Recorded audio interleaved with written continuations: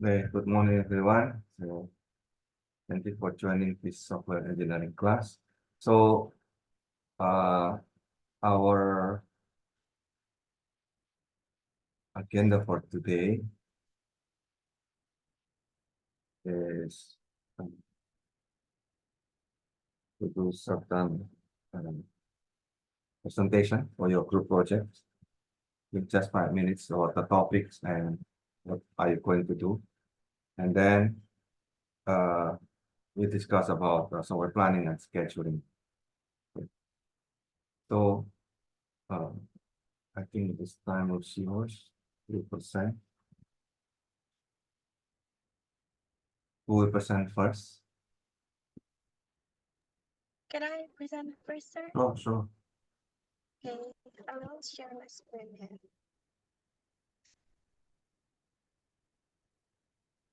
Yeah, so, okay. You can see my screen now, right? Gotcha. So, yeah, hello everyone. Now I will explain a little bit about our proposed project, um, which is Neville and OC will become our client, where they have an event organizer called Eternal Event Organizer. So the main problem that they have is they need to improve the system of the employment and even stuff. Like sometimes when there's an event, you need to adjust the number of staff that you need. Also, you need to like arranging the position of which person is in charge of several tasks like that. So basically, they have unintegrated information that they just heavily rely on WhatsApp group. Therefore, we propose to create a software for them, an application which can provide an integrated system for them to upload the job vacancy, and also the staff, the employee can register whether they want to take the event, whether they want to take the job or not. Like, and also we will provide like the membership, the point. For example, I have take 2 tasks in the event, then I will get promoted, something like that. So basically, that is our agreement with the client. For the cost, actually, we estimate it will become like 30 million. Yeah, but we're not sure about this. And the the idea is to create a mobile-based application. Yeah, that one, sir. That's the presentation. Okay, good. Okay. Is there any comment from other group or from the clients? No.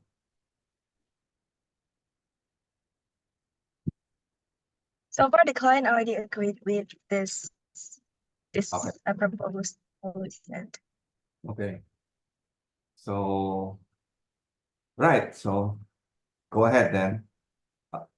This is recorded. Okay. So make sure you will do according to that requirement.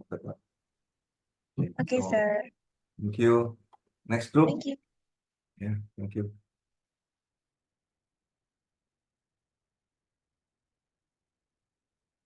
Who will present next group?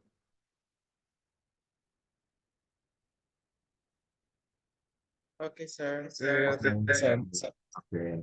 Go ahead. okay. Wait. Let me share my screen.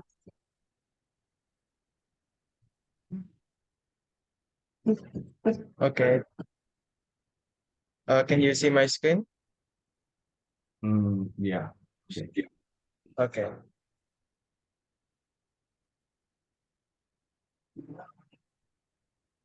So it says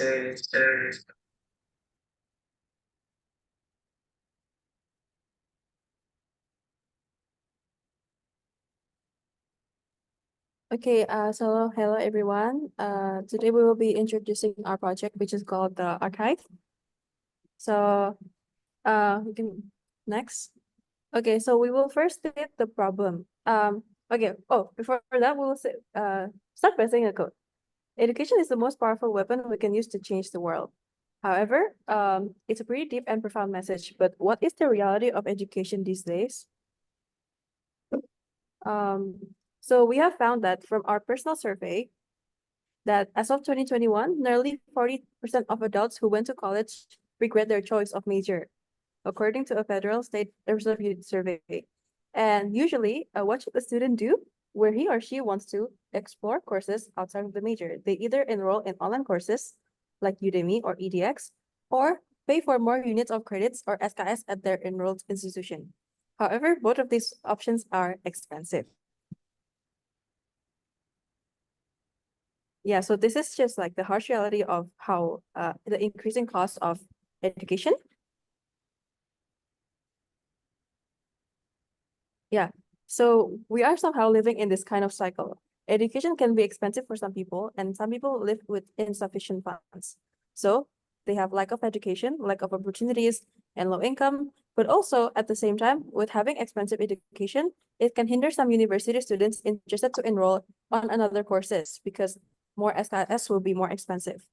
Again, lack of opportunities and also lower income.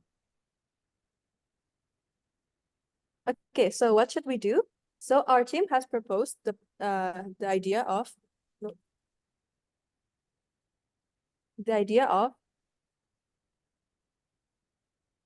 archive. Okay, so maybe you want to continue. Okay, so Archive is basically an education platform that we built. So this is our project intro, where we already defined the project purpose, objective, and unique selling point, MVPs, and project scope feature. So first of all, we will start with the project overview. So this project overview has main purpose in this project. The first part is the education.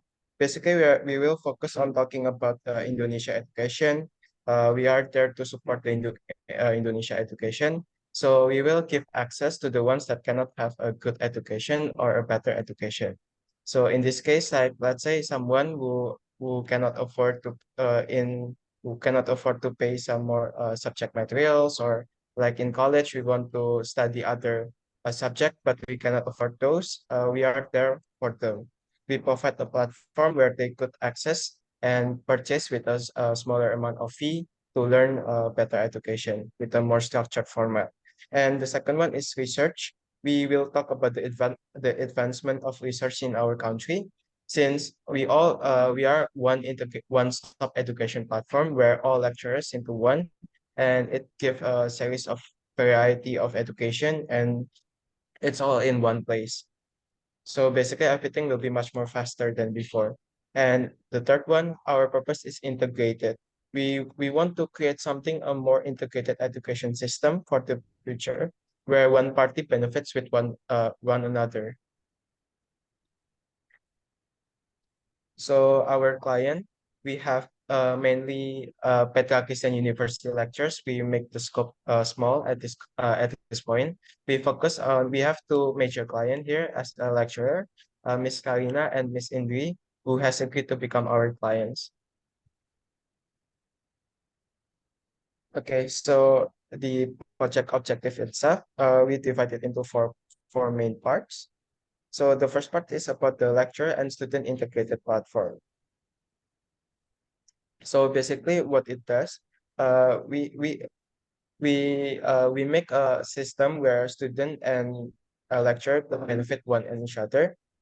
We For the lecture itself, they could earn some money by providing lectures materials, and for the student, they could gain a better education with much more lower cost.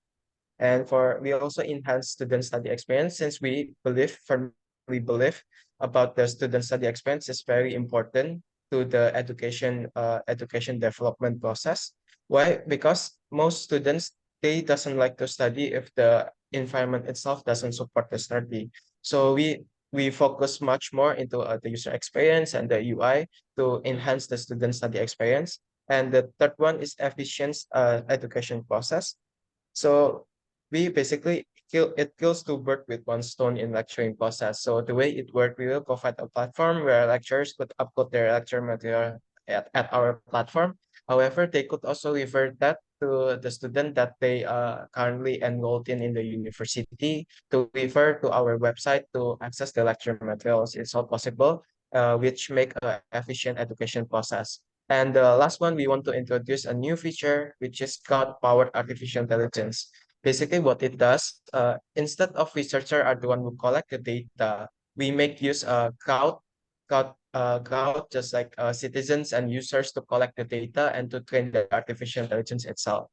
So basically, the data that we collect also are filtered since we only allow lecturers are the one who submit the data, and those data will be trained by the artificial intelligence, will be sent to the AI itself. So which is why cloud-powered artificial intelligence. So next one is about the project overview. So, oh wait. So this is the project overview. It's a bit going down, but it's okay. I will get. So this is a basic business model Canva. So our customer segment is the right side. Basically, we are a multi-sided market.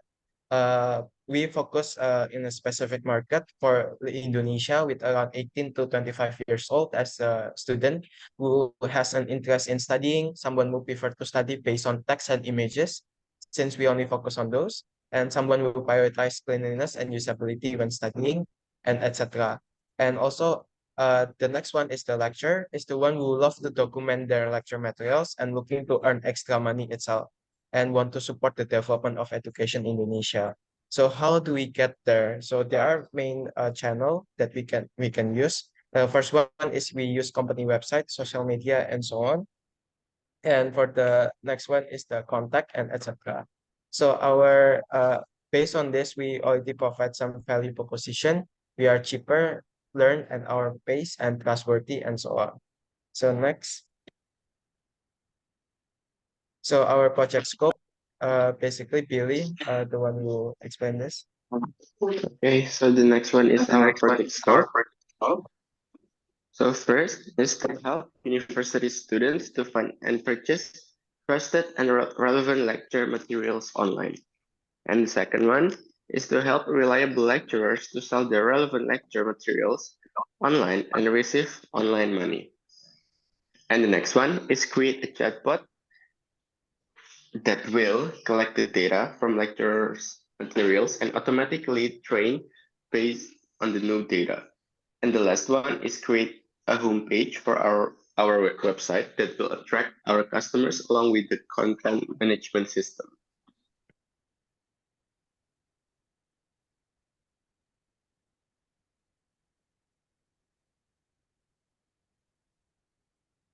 Okay, so now we are going to the unique selling point. Before that, there are different options on learning. There are three parts. Yeah, the YouTube, searching on Google Chrome, and also a paid course through different course in the internet.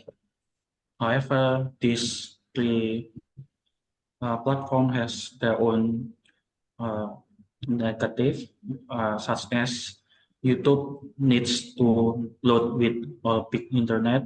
Thus, if the area where they use the YouTube are not really good with internet, then the video will be buffering a lot, and also sometimes the sound might not really sound really good.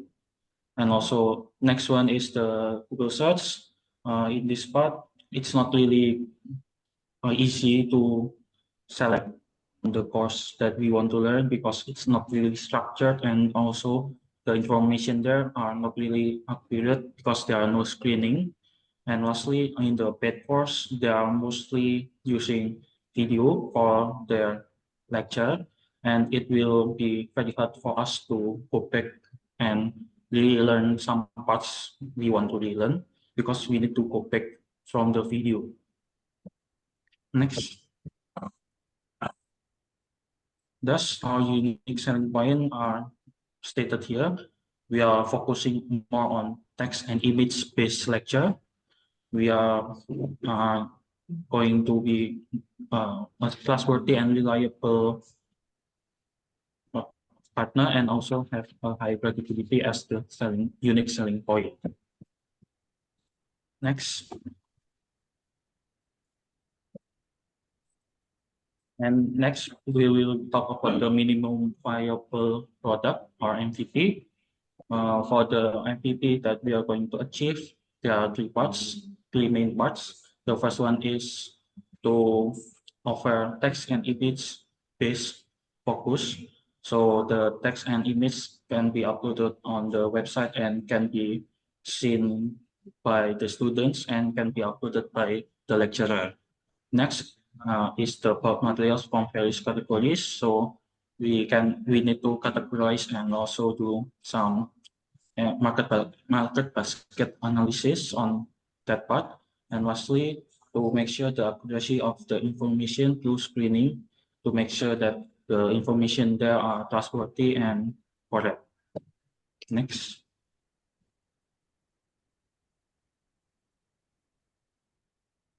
Okay, so this is the cost analysis breakdown, just as an overview.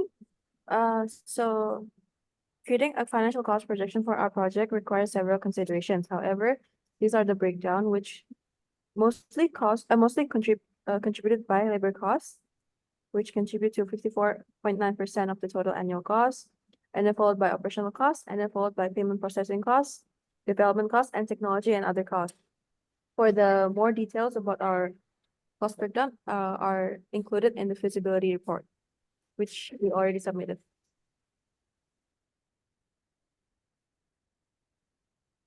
Okay, so I will be briefly explain the project roadmap. So this is our project roadmap for this. Okay, so basically I built some of which is the agile development. Basically, we has a multiple sprint. The first sprint is about the customer. This is the MVPs before February we already finished. And the second sprint is more into the lecture. Sprint 3 is about the homepage, login, sign in, etc. Sprint 4 is about the admin panel, the content management system. So we are until week 2, we already finished this. We are currently on progress on week 2 and progressing into a weekly sprint. And for the waterfall development, this is for the AI, the chatbot development. We use waterfall development, and this is the extras where some software unit, document contract, go live, and etc.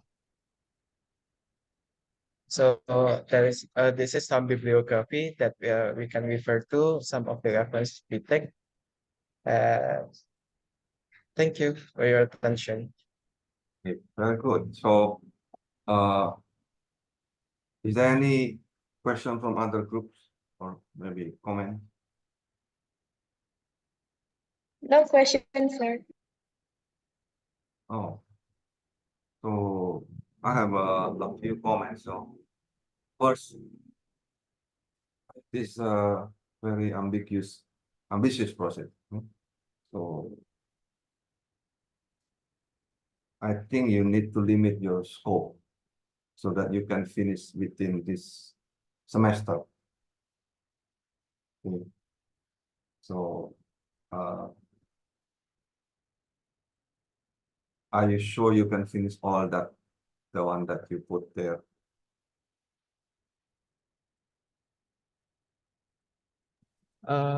Yes, but we already provide some guidelines for finish that. Yeah, can you show me again your schedule? Okay. Okay.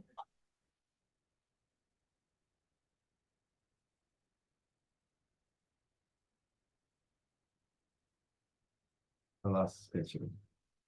Yeah, that one. So I think the one that the extras is all everything in 1 week. Are you sure you can do it? It's in 4 weeks, sir. Oh, in May, week 2. Oh, I know. So Actually, for that, it's just on paper, sir. We already like built it little by little, starting now. Okay, so we will use this to check your progress. Is it okay? Okay, sir. Okay. Oh yeah. Okay, sir. And also one thing, sir. Uh, so I already checked your Lantera, and we need to submit class diagram, right? But instead of class, we use state diagram to represent the logical model. Oh, of course, when you use class, you need to put class diagrams. Oh, so we need to build class diagram also, yeah. First, you need to use the use case diagrams and then uh, interaction and then class diagrams. Those are the requirements of this Mm. class. Okay. So class use case and interaction is the minimum. Hmm, Okay, sir. three of them. When you want to deploy, you need to explain that one, the deployment diagram. So, Okay, sir. my concern is whether you can finish on time because you put so much scope. So it's better you promise little and deliver a lot rather than promise a lot but deliver little. Right? So that the trust to you become higher. What do you think? And out of the business model itself, so there are a lot of competitor. So Moodle, a lot of MOOC, and also there are some consideration about whether the customer in Indonesia is ready for doing self-learning using text and image only.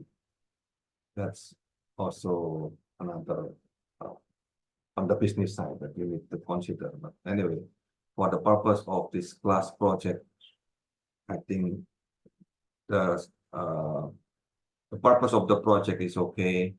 Right? Only the scoping you probably need to bring it down a little bit so that you can finish on time everything that you promise. Is that okay? Okay, sir. Probably we will update it. It's okay. Yes. Next we will show you the Next final. week, can you update so that you know? Don't promise too much that you cannot deliver. You better promise little but deliver more. Okay, sir. Okay. Okay. Everything that you promise must be delivered. Okay. You cannot just promise something that you don't deliver. In this class, the most important part is to be on time, okay, meaning on schedule, on budget. Okay? So you must deliver everything that you promise. Okay.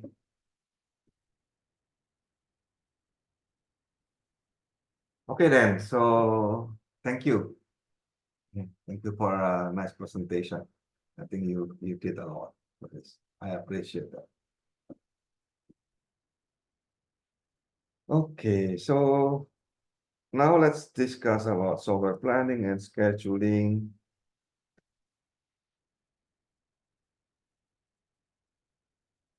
I will share my screen.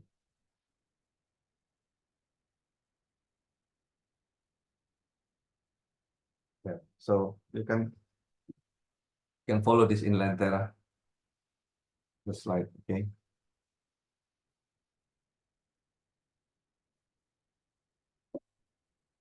Right. So part of software engineering is to learn about software planning and project management. I believe you have learned software management in operation research or other courses. Okay, so this is probably just a review for you. So, but our emphasis today is to learn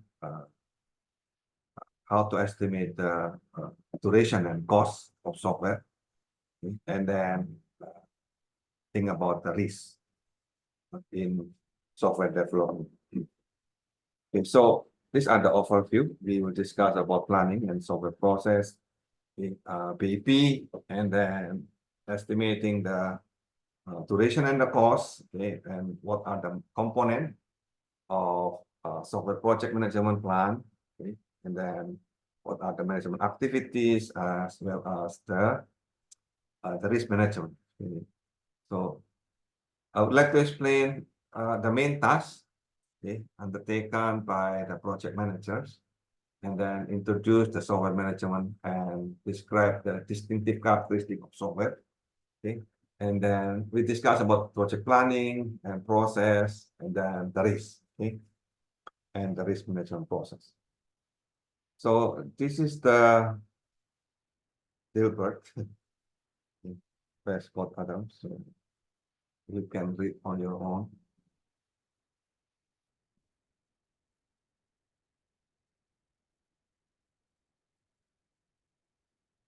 So when we talk about planning and estimating, okay,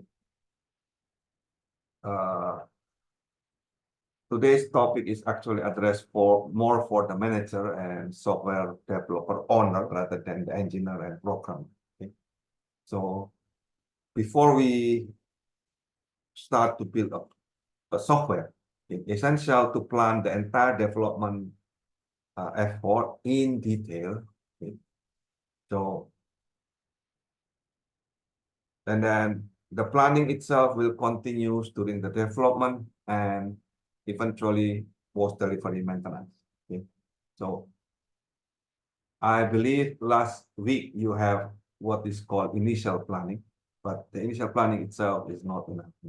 So this is an iterative process. That means the planning must proceed throughout the projects. Okay? And as early as possible, you do the detailed planning. Okay? And the real planning will be complete, okay, after you build the specification. You remember we discussed last meeting, okay, there are steps. Number one is requirement. Okay? The second is the analysis with produce specification. And then third is the design. Okay? And then implementation and testing, and then post-delivery maintenance. So your real plan will become the detailed planning. That is after you build the analysis, which is the specification of the project. Okay. So first thing, what is project anyway? What is the characteristic of project?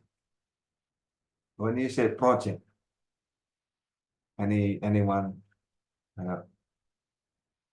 want to say about this? What is a project for you?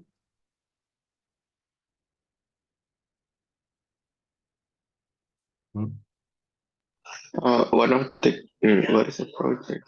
Yeah, what is project? Billy, A time limited task. eh? A time limited task.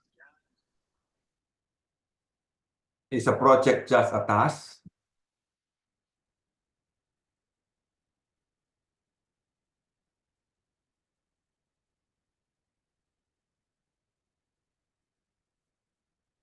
Okay. So what make it a task become a project? What are the characteristics that,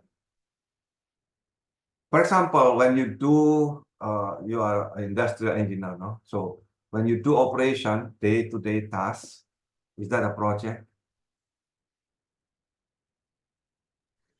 No. No, right? In the factory, you are doing a daily task in operation of a factory. Is that a project? No, sir. No. Okay. So then what is project? What task that change into project?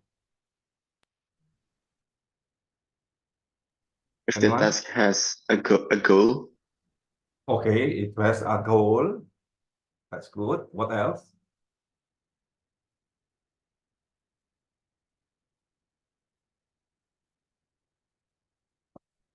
Anyone? Hey, when you are doing online, can you open your video?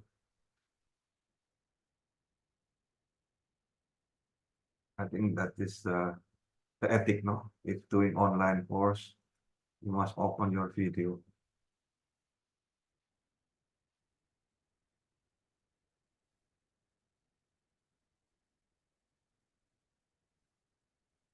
Yeah.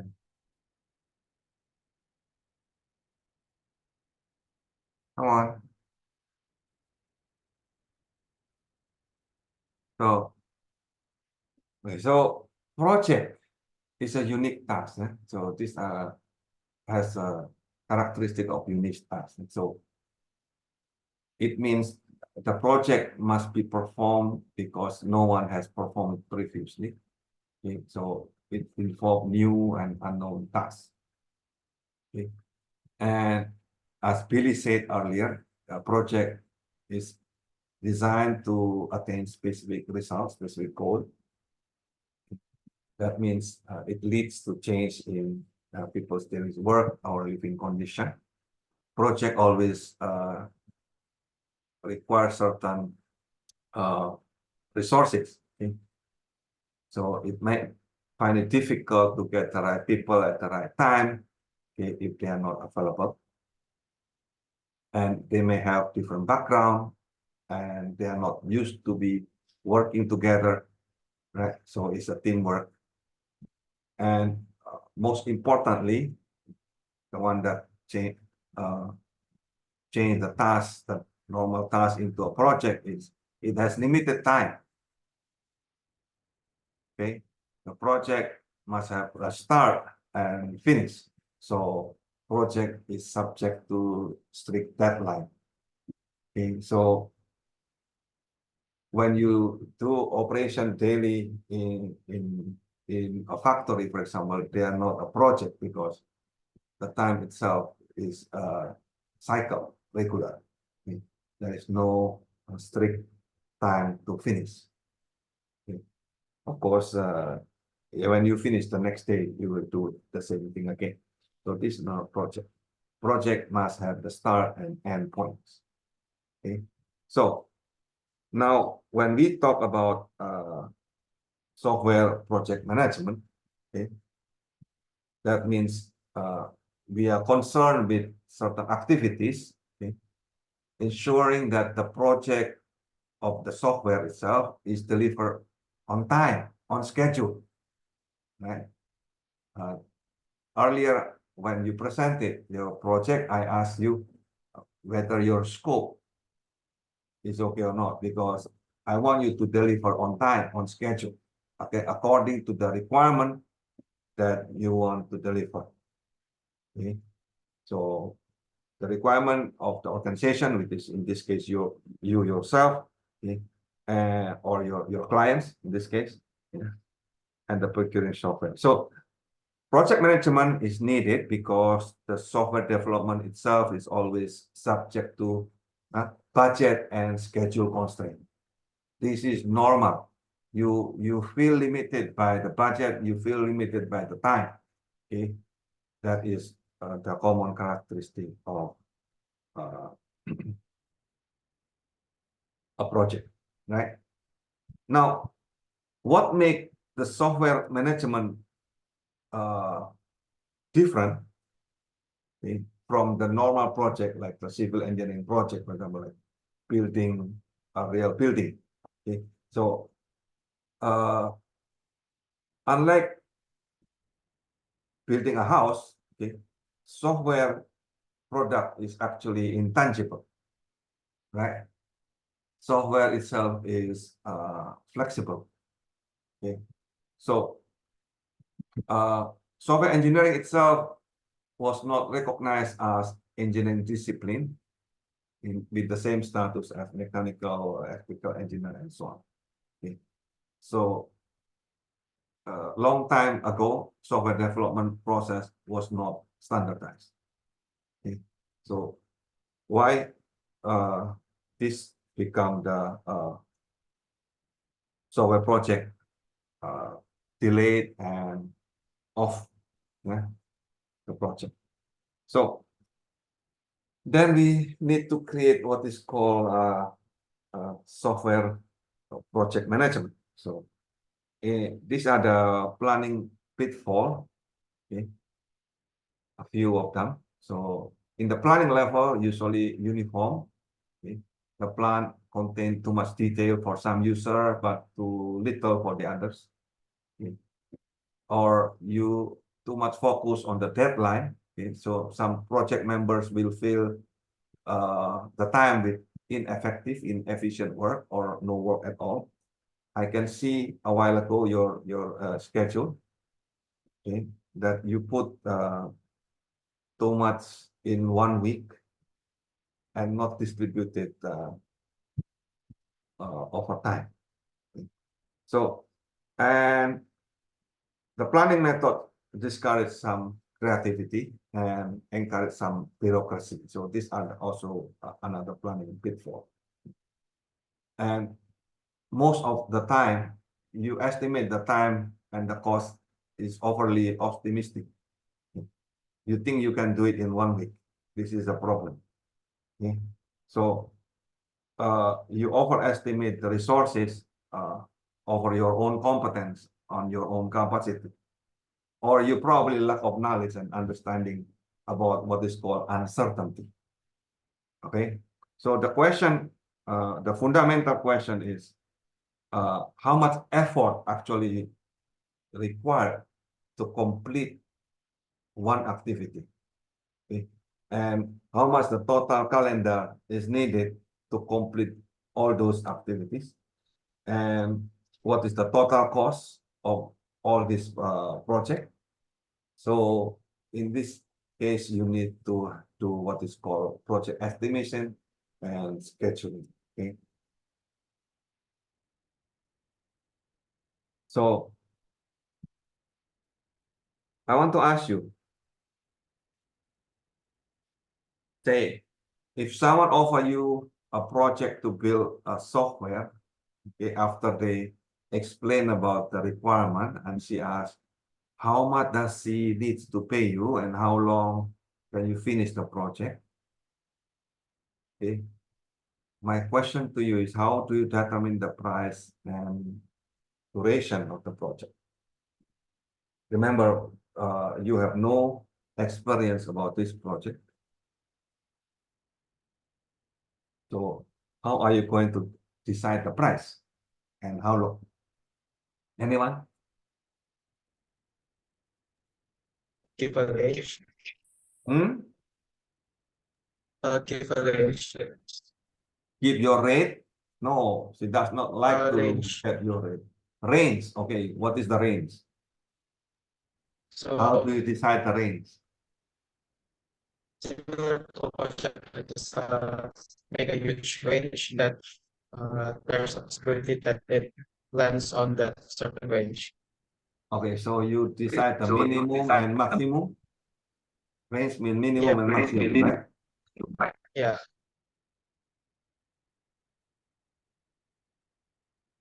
How do you decide the range? Based on the project. Huh? Based on the old project. Okay, based on the old project, but if this is new project, how do you decide the range? Give a bulk estimate. Just rough estimate. Okay, so what is About the consequence if you give a wrong time estimate?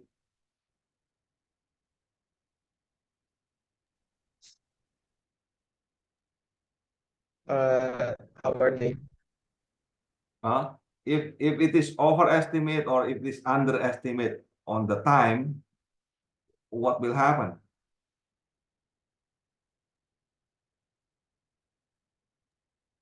If underestimate, our time will be jeopardized. Overestimate, I think, the client motivation. Since Ah. it was not So you will lose credibility, right? yeah, let's go to the Right. So, Neville or Jocelyn, you have some idea? How do you decide the price and the time?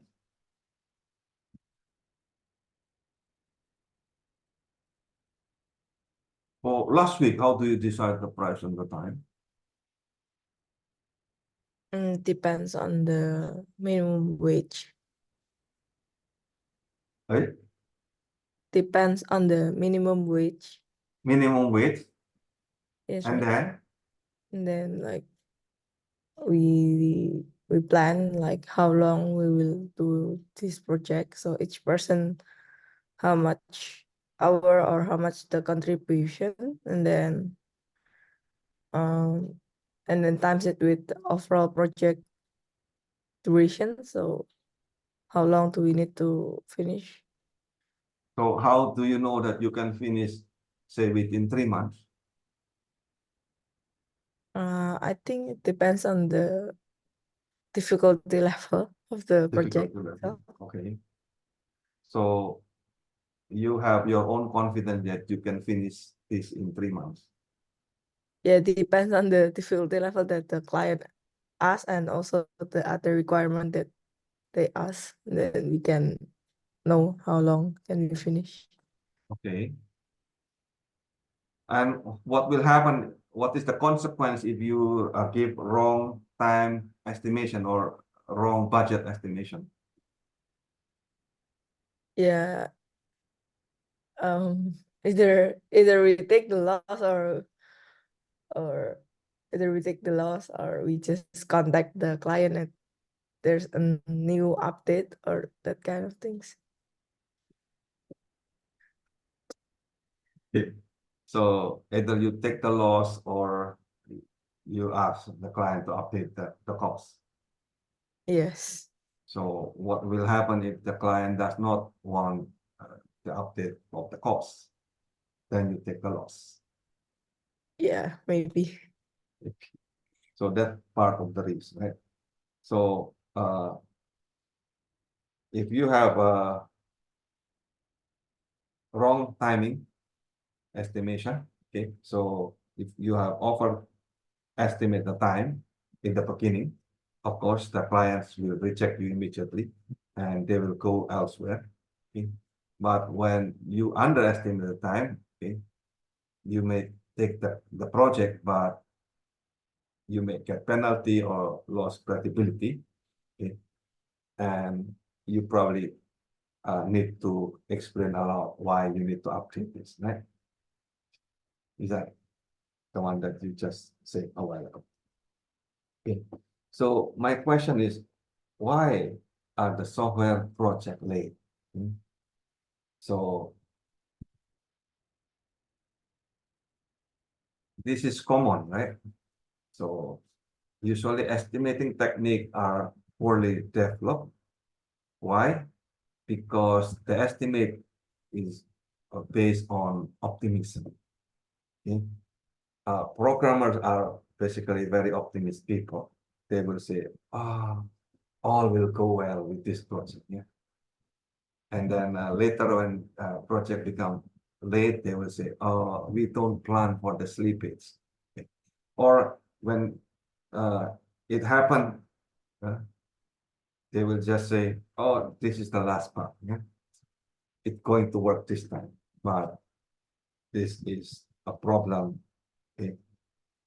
Because there's a conception of idea and implementation is different, isn't it? So when you start to create the software, it constrains your idea, okay? And then you expect only a few problems in the implementation, but it doesn't happen that way. Okay? So the question is, does the effort necessarily means progress? You estimate based on man, isn't it? Or man hour, right? So my question to you is is one man working 6 months, okay? is actually equal to 6 men working for 1 man.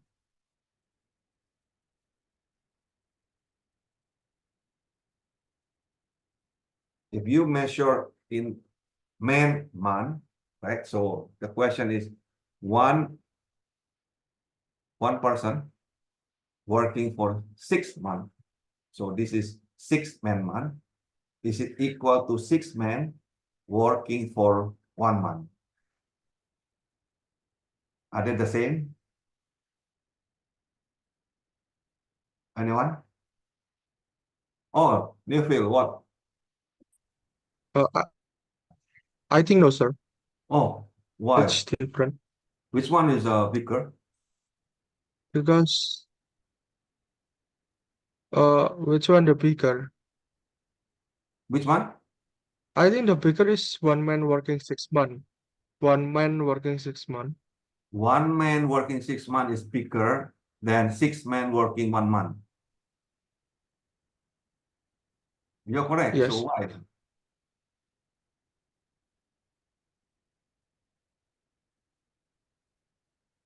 Question is why? So because the 1 man is just the effort is bigger 1 man because the 1 man do everything, so he need learn and he need think everything about that. So Okay. it's make it more harder than Which one 6 is months bigger working effort in the 1 than month. 6 men working for 1 month? Yeah. In yeah, because if in the 6 months we can spread it the job, right? So it's more easier. So 6 men is bigger. Oh, 1 man is bigger, I 1 think. man is bigger than 6 men. So Yeah. why 6 men working Yeah. 1 month is not the same as 1 man working 6 months?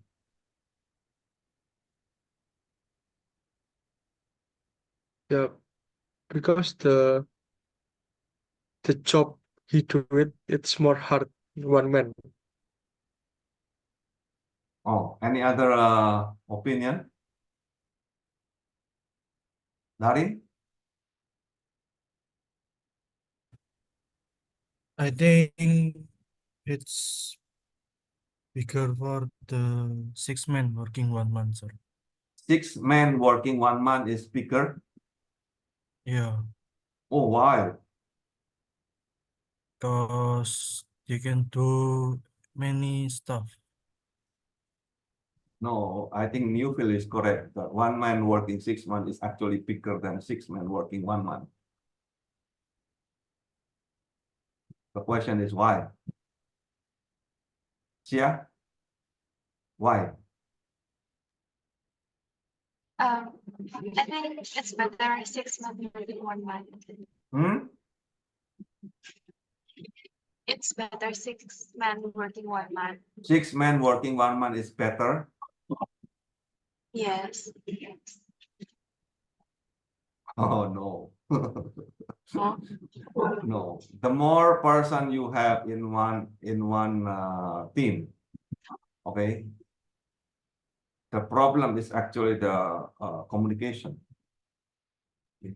So this is a fallacious. Okay. This has been written by Fred Brook in a book of Mythical Man. So if you want, I can give you this book. So the unit of man implies that the man and the mans are interchangeable, right? So it's true that only when the task can be partitioned among many workers with no communication between them, that is only happen if not in real work. So when you have 6 men working in 1 month, you need to have communication between these, right? So there are some interaction between these people. So in that case, because of the interaction, then you need to have communication time. That communication time will reduce the effort of the progress. Okay, so for sequential tasks, okay, more effort has no effect on the schedule, but actually in software engineering, okay, we have sequential constraint. If one person did not finish, then the others cannot finish just because of that person. So in that case, this is a problem. Okay, so that's why I said Newfield is correct. Okay? 1 man working 6 months is actually bigger than 6 men working 1 month in terms of progress. Okay? So the less people in one team is actually better. Okay, so why software project late? Okay? One reason is because the manager do not monitor the progress effectively. Yeah? So the schedule will slip. Okay, day by day you slip. Because it's so small, the slip is so small, you did not recognize it. Okay, day by day slip are harder to recognize and harder to prevent, and then harder to make up. So the question is, how does a software project get to be a 1 year late? Because 1 day at a time, you make it late. Do you understand? So when you make the schedule late just 1 day, you need to make up. That's why when you show the bar chart a while ago, okay, I want you to really do according to that. Okay, so when we recognize the slippage, the next question is, should we add more people? Right? But most tasks require communication among the worker, right? Training, sharing information, and they are not linear. Okay, the training affect the effort at work linearly. So if you have n worker, the intercommunication is actually quadratic. Yeah, n multiplied by n minus 1 divided by 2 effort. That means if each worker must communicate with each other worker, then based on this simple mathematics, you will see that adding more people to a project that actually already late, usually like adding gasoline to fire. Okay, so this is I hope you remember this. Okay, this is called Brooke law. Right? Adding manpower to a late project will make it later. Okay, so when your project is already late and then you add a few more people on it, it doesn't make it faster. Okay, it will make the project later. So this is what I said, okay, as 90% done. Not done, okay, done. Okay, this is the life cycle curve of typical software engineering project. Yeah, so say you are in the beginning, this is a percentage done is 0, right? And then after a few months, you say, oh, the first month I finished 25%, based on your schedule a while ago. Okay. And then third month, 30%, 45, okay. In 6 months, okay, you already finished 85%. Then you say, in the 7th month, I will finish everything. Okay, in 7th month, you finish 90. Okay. And then in the 8 months, you reduce back to 85. Why? Because debugging is hard, isn't it? In software engineering, debugging, testing is hard. So, and then see, going down. Okay, in the 9th month, still 92%. Okay, and then in 10th month, you still 95%. So, and then you finish in 11th month. Yeah? So you will see here, you thought this is just 1 more month, but you are actually taking much longer than you thought. So when you reach 90%, okay, don't be happy, okay, because nearly half of the project elapsed times is often spent when you are in 90%, you see. So be very careful when you do the project estimation, okay? They are not linear. So if you make a wrong budget estimation, right? What will happen? If you overestimate the budget, of course, you cannot win the bid, right? But when you underestimate the budget, you will lose the money on the project. Okay. When you overestimate the budget, the client will feel that the project is too expensive, it's not worth it to continue. Okay. And they may expect, okay, if they want to pay it, then they may expect higher product quality or higher speed. But eventually you will have a much higher expectation than what they have. Okay. When your project is underestimate in terms of the budget, okay, you may not be able to meet the requirement, or you may reduce the quality, or the project probably unfinished. Okay, so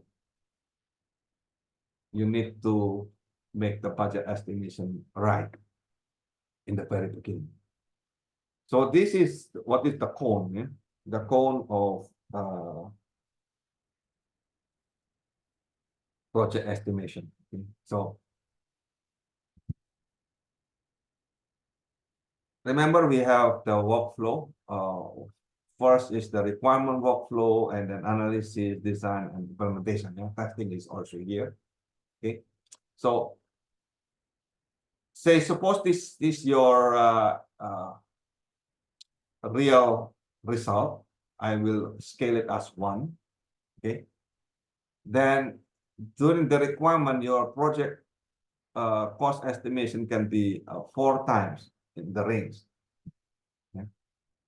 Misled by 4 times, that means between 25, 0.25, 25% up to 4 times.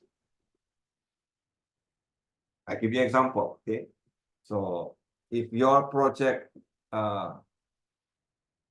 you put a cost estimate $1 million during the requirement workflow, it's likely that the cost is between 0.25 million to 4 million. Okay. If your cost project estimate is 1 million at the end of requirement workflow, that means during this one,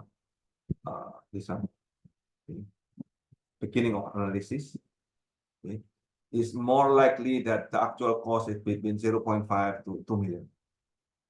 Okay. If your cost estimate is actually the correct one is 1 million, okay, by the end of the analysis workflow, okay, so here you will see this is called the cone of uncertainty. Yeah? So if this is 1 million, actually, okay, in the beginning you will think that between 0.25 to 4, and then this is between 0.5 to 2. This one is 2/3, yeah, 1.5, right?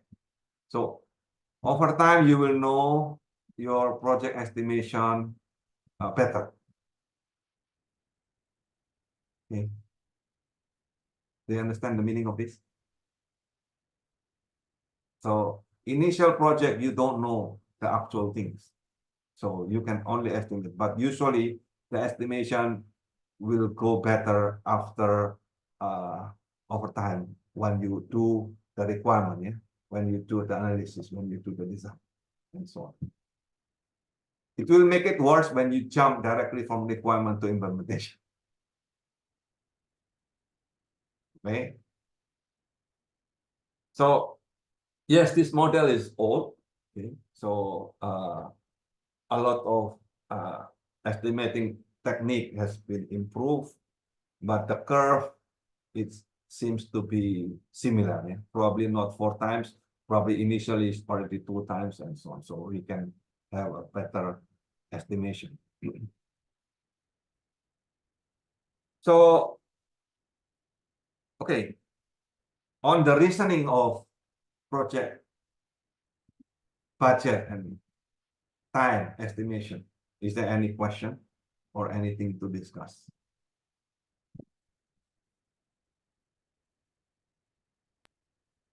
Not yet, sir. Okay, so let's go to the next topic, with this break-even points. Okay, So there is no simple way to make an accurate estimation on the effort required to develop the software system. Okay, so the initial estimate are based on inadequate information, okay, based on what the user want, right? But over time, you will start to see better and better as you familiar yourself with the project itself. So the software may run on an unfamiliar computer and use new technology, and some people in the project may be unknown, okay, on this project. So these are several risks that you may consider. Okay, and the project cost itself may be self-fulfilling. That means once you set the budget, okay, it's more likely that the product will adjust it to meet the budget rather than you estimate the budget itself. So these are the cost component. Okay, so first is of course the hardware. Okay? When you are doing AI, don't forget the hardware cost is very expensive. Okay? Especially the GPU. Okay? And then the software cost. Okay? And the most dominant cost in software project usually is the effort cost, right? So this represent the salaries of the engineers and probably social and insurance costs. There are some probable costs on training, travel time for these people, and then also the effort cost must take some overhead. Okay, so for example, the cost of the building, the heating, air condition, okay, internet, networking, communication, phone. Okay, say you have a cost of library, probably you provide food for the staff. So these are costs that you need to put inside. Okay, and these are the pricing factors. Okay, so you can read by yourself, okay, based on either market opportunity or based on the contract, okay, or based on financial wealth. For example, based on the contract, yeah, a customer may be willing to allow the developer to retain ownership of the source code and reuse it for other project. In that case, the price may be less, yeah, if the source code is handed over to the customer. So the ownership of the code itself is also a matter. There are a lot of things to decide the software pricing. Okay, so if the development organization may put a low price because it wishes to go to the new segment of the software market. So these are, you can read all of these factors so that you will see there are many other considerations as well, not just the cost of the software development itself. Okay, so then you can simplify. This is a simplified model, okay, that you can separate all the costs into two parts, which is called fixed cost and variable cost. Okay, so these are the fixed costs here, and you see the fixed cost mean the fixed. Yeah? Whatever you can sell, they are fixed. Okay, and there is variable cost that you assume to be linear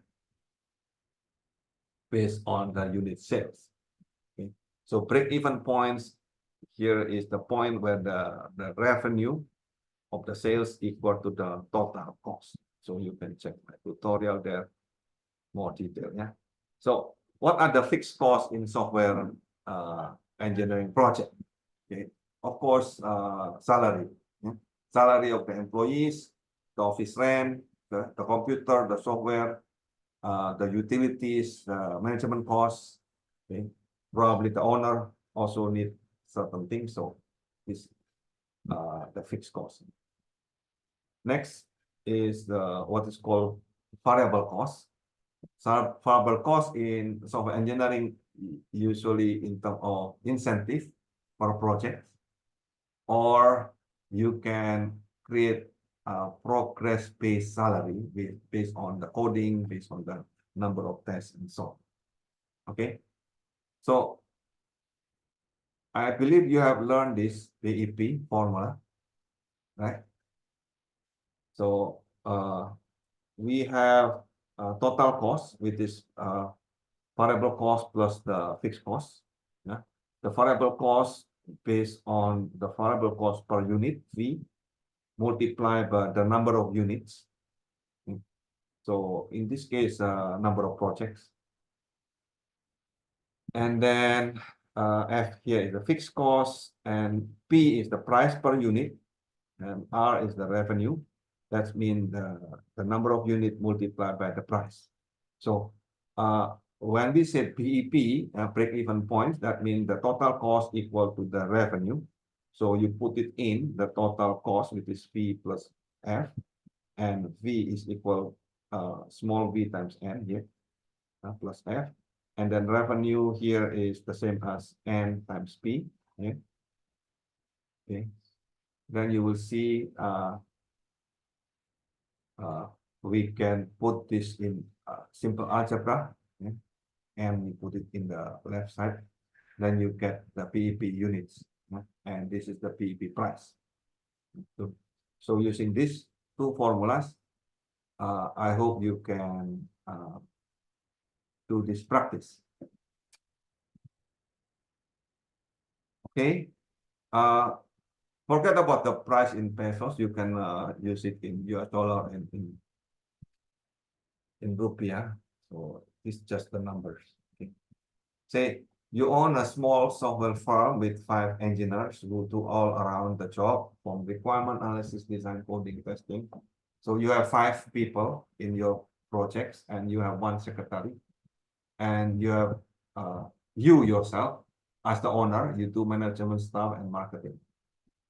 Okay. And say your basic monthly salary is 30,000. This is around how much? 300 pesos is 1 rupiah. This is not so expensive, no? For each engineer. No. 1 rupiah is 300. So this is like $1,000. 15. Yeah, 10 million for 10 million. Okay. So, and this is your own salary, and this is the salary of the secretary. Okay. And then you have one month bonus, right? And then you will give incentive 20K for all the engineer if the project is accomplished. So this is incentive. This means this is the variable cost. Yeah? Suppose your office rent, utilities, fixed cost is this one. This is around $2,000. Okay. So if your average project is about 1 million per project, so this is the P. Okay. How many projects should you get per year to get at least break-even point?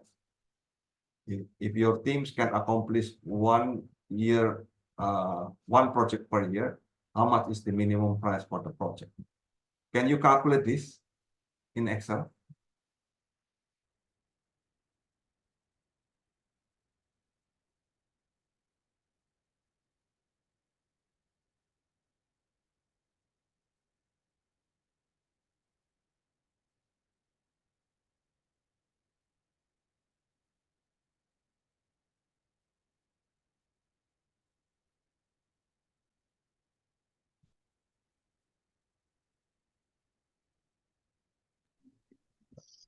Calculate which one, sir? Sorry.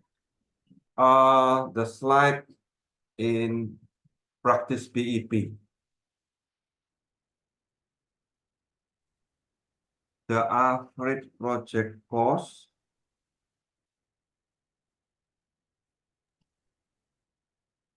That's include the cost or the price. Oh, the price, average project price. Of course, the project price is the one that you sell, isn't it? Selling point. How much do you sell? That's include everything. Oh, okay, sir. Okay, so the price multiplied by the number of projects, that's the total revenue of your company. Okay, sir. Okay, imagine you are the software development company and you go after project, right? So question is how many projects in 1 year you need to pursue, okay? And how much is the average project price? Oh, okay, okay. Okay, so you have the fixed costs, right? You have variable costs. What are the fixed costs? The fixed costs are the salaries, okay? And the variable costs, okay, depends on the project. That means the incentive. Okay, sir. Clear? Okay, so, okay, go ahead and once you finish, you present it in here in the class. Okay. Okay. If you have any question, don't hesitate.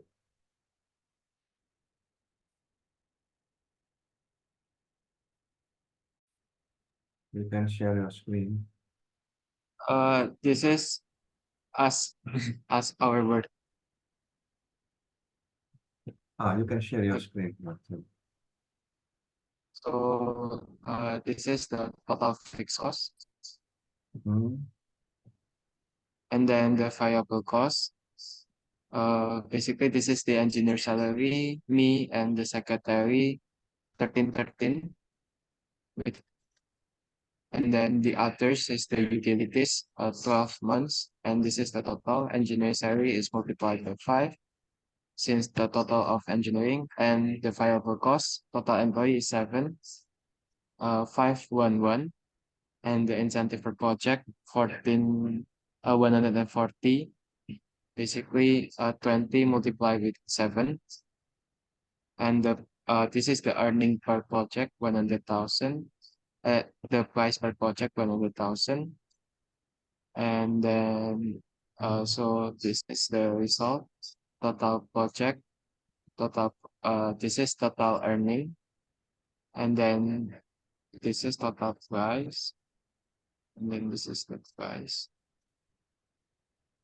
Okay, and then fixed cost, just sums, and then total variable cost, and the total cost, fixed cost variable, and the BEP, this is needs to be 0. And then so we just go sick and get this value so far. 4.8. So you need to make it integer so you can get the ceiling. Because total project is integer, right? Okay. So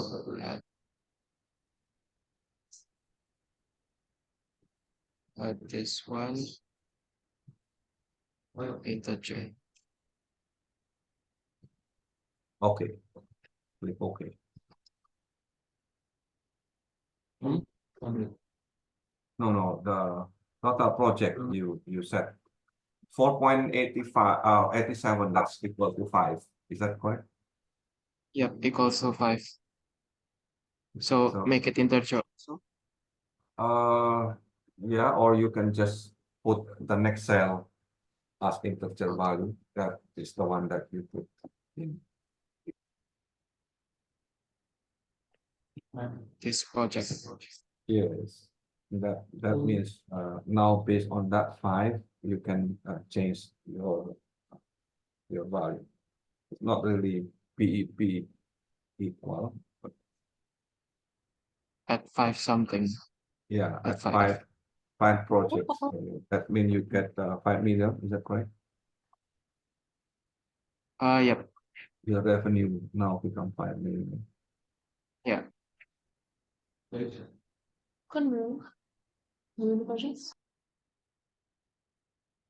is your revenue per year? Total price Total for price. 87093. Okay, that one become 5 multiplied by, right? Yeah. Multiply by 100,000. Correct. Now, that's good. 500,000. Yes. And the total cost still remain the same. So you get a little profit there. Okay. So, my question now is, how much is the engineer income per year? In this scenario, how much is the engineer's income per year? Can you write? Per year. engineer? 195, 100 and sorry, 1,000,009. Oh, sorry, this is 13 people, so this one was 39,000, yes, 390,000. Is that so? Only? Is this correct? Okay, anyway, can I see 390 only? This is the salary. We haven't included the incentive per project. Okay, so if you include everything with the incentive, how much is the engineer take home pay Salary. per year, yeah, total per So year 300 plus with multiplied by the 13, right? and then this is 5 project multiply with That is the total incentive. Now, incentive times the total projects. 490. Okay, 490. 20%. Super. Yeah. This So 20,000. this is what I want you to simulate. Okay.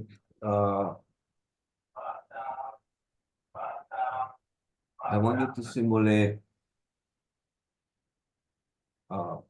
what happens if you increase what happens if you increase the incentive instead of 20,000. Mhm. Okay, so what happens if using that project price 1 million, okay, what will happen if you decrease the salary to 20,000, but you increase the incentive to 200,000? Okay, so decrease salary Yeah. So to what happens if 2,000. you decrease this? So you can put in the new sheet if you want, no, so that you can compare later. Okay. Copy that. Duplicate. Okay. Mhm. So what happens if you actually decrease the basic salary engineer? A while ago was 30,000, right? Yep. Okay, now you decrease to 20,000 only, but the incentive per project you increase become 200,000 per project. 200,000. Yeah, a while ago was how much? 20. 20,000, right? So now increase it to 200,000 per project. Okay. So this is Become 20,000. Reduce. This one and become then 200,000. 20 1, 2. Okay, and then And calculate the PEP.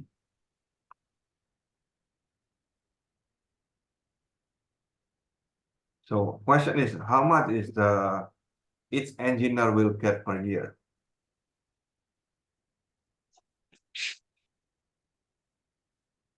oh, the software is gone. Okay. You still get Yeah. 5 projects, right? Yeah. So Objective value of zeros by changing the total project.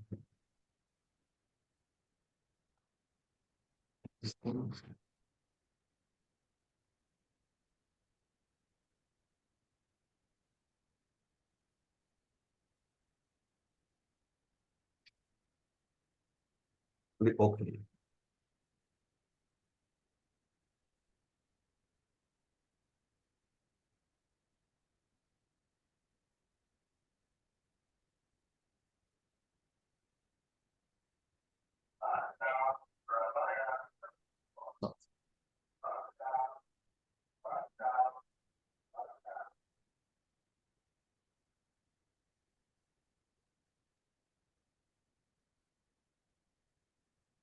Are you sure? could not find a I physical think solution. your constraint is not correct. Just goal seek rather than solver. It's okay. Okay.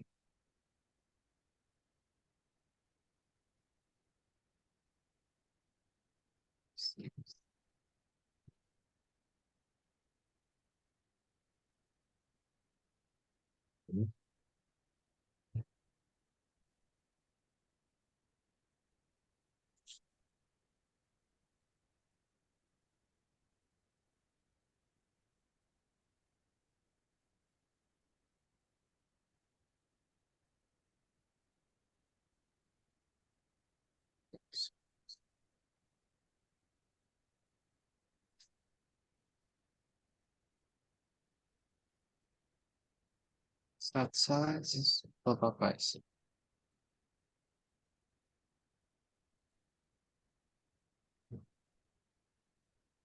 If value zeros. Oh, sorry.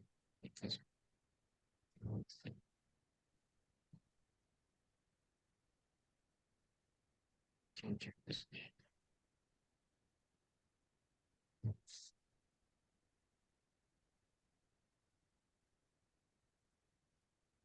So get the solve so that PEP. Right? How many projects you supposed to get? Goal seek, there is no constraints. Yeah.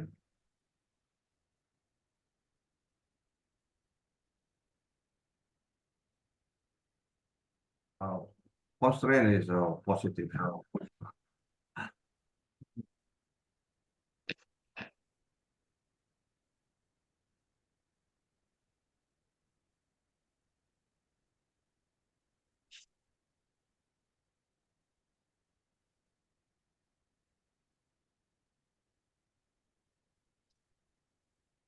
Actually, you don't need to do goal seek because you have the formula, so you can actually compute down. Okay. So based on the PEP formula, you can already compute that N is equal to F divided by P minus V. And N is the number of projects. PEP unit. N is equal to, what is your fixed cost? this one divided by P. P is the price, which is 1 million per project. 1 million minus P. V is the variable cost. Per Small project. that small V is the 200,000. Oh, you did not Oh, put, you need to put it out. or not the total employee? No, it's not the total incentive. You need to put it out. The variable unit. The small v is the variable cost per unit, you see, which you do not have there. You need to put it out. Good. 4.425. Yes.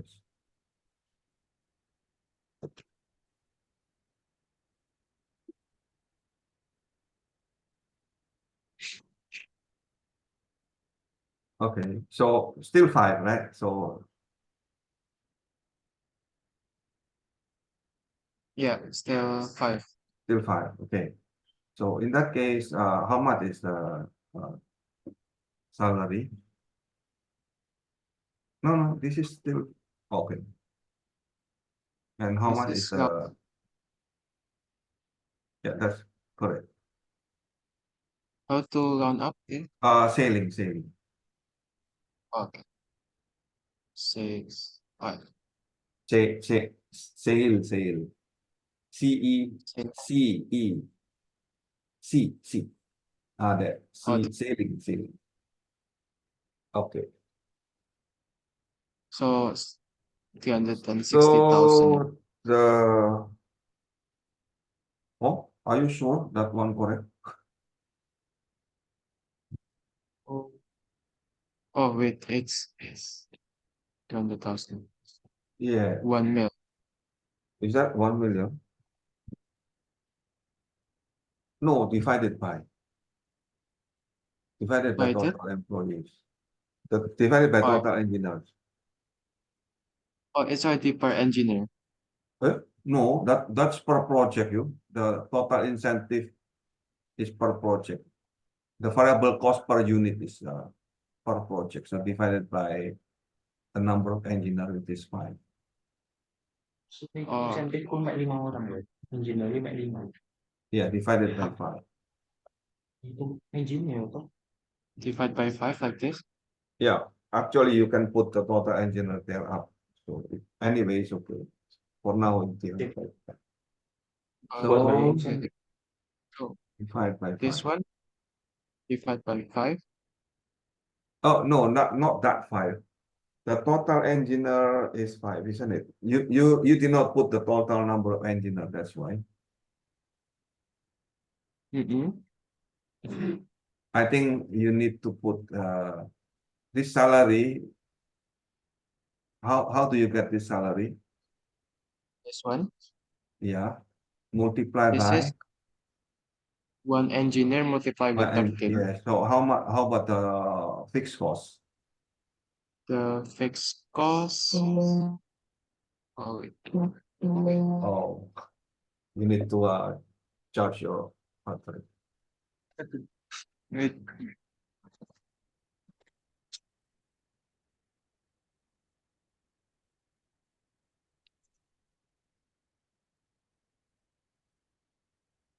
So you need to add a number of engineers, number of secretary, and number of management. So this is 5. Not rupiah, the number.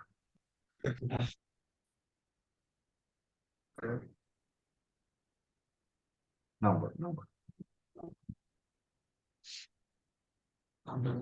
Plain number, yeah. Okay, so correct. Multiply with 5. And this one is multiplied with 1. And this is the same. So the total salary. Divided by the total engineer.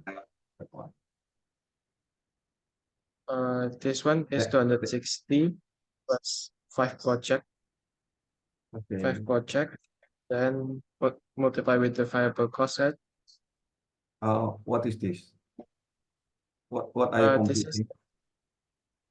total engineer salary.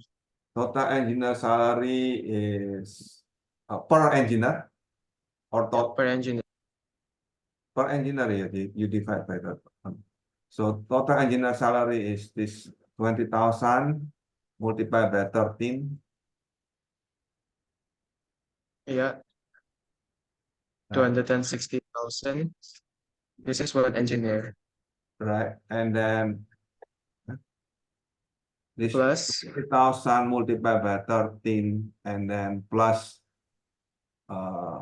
unit variable total. cost. This is 200,000 multiplied by the total project cost. I think Yeah. your formula is still incorrect. What is this? D.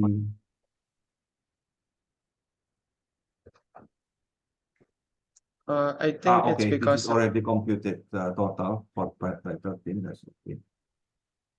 yeah. And then the last one divided by the total engineer, because that's per Oh, fine. project. Yeah. 5 is their F3, right? F okay. F3. Oh, okay. So this one divide by 5 first. That's correct. That's already correct. Why? Already. This is already multiplied. That 5 numbers there you can refer to F3, which is 5 also the same. Oh, yeah. Then yeah, enter. Why should we divide by 5? Because per engineer and your project incentive is per project. Project incentive per project, one engineer, right? No, 5 engineer. One Oh, project is divided by 5 engineers. Oh, okay. So that's already So correct. Just enter that. the total project incentive is Now 20. becomes 400, yeah, 400,000. This is not Okay. in rupiah, this is in peso, so you can multiply by 300 to get in rupiah. 1,800. Yeah, around this one per year. Oh, that's small. Small. Oh,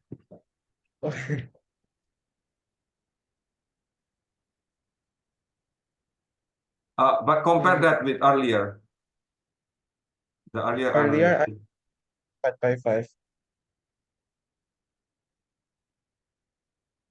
This is 20,000 multiplied with total project. Yeah, divided by 5. So divide by 5. 410. So smaller or bigger? Multiply by 300.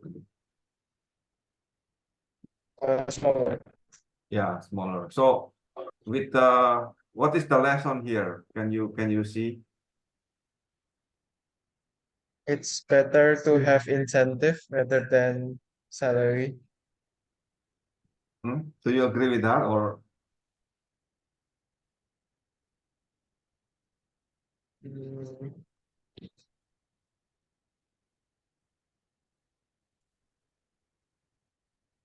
I anyone think have comments on this? Yeah.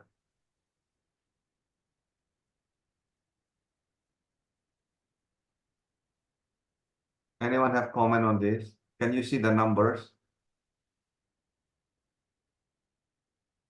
How much bigger? 10 this times? one is big. So what is this? This is we increase the incentive and decrease the salary. We decrease the salary per month, Mm-mm. okay? And we increase the incentive. So, okay, any comment on this? Yeah, thank you, Matthew. Okay, sir. Should I stop my screen? Yeah, I will share my screen. Okay. So,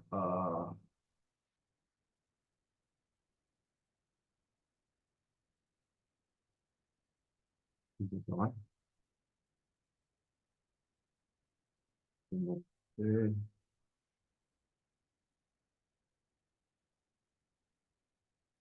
Can you see my screen or you don't?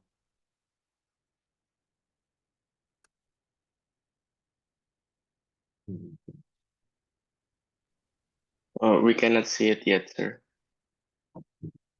How about this? Okay, we can see it. Can see it. Okay. So let me just put it there.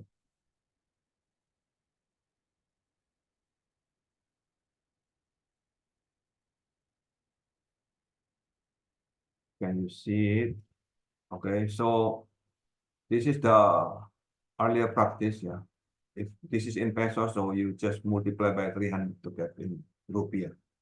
Okay, so using this computation, okay, I will just put you the number. Engineer income earlier with 30,000 basic salary and 220,000 incentive. So this is low incentive, high monthly salary. Okay, each engineer will earn around 400,000 and 410 per year. Okay, and if we change the same price, okay, but you decrease the salary and then you increase the incentive 10 times. From 20,000, you increase become 200,000, so increase 10 times. But you decrease the salary 30%, right? From 30,000 become 20,000. So question is how much each engineer get per year? Okay. Will the yearly income increase or decrease compared to the previous arrangement? Okay. And then, of course, if your team can accomplish one project per year, how much is the minimum price? Okay. So question is, what do you think about the working morale of the engineers regarding this new arrangement? Kenneth, what is your comment? Neville? So the result is increase, yeah, the basic engineer basic income each person from 410, okay, now increase become 460.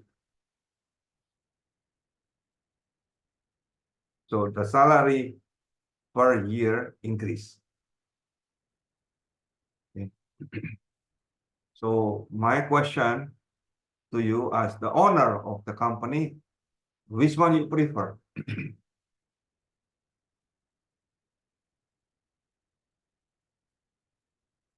Which one you prefer? You increase the incentive this and reduce the basic salary, or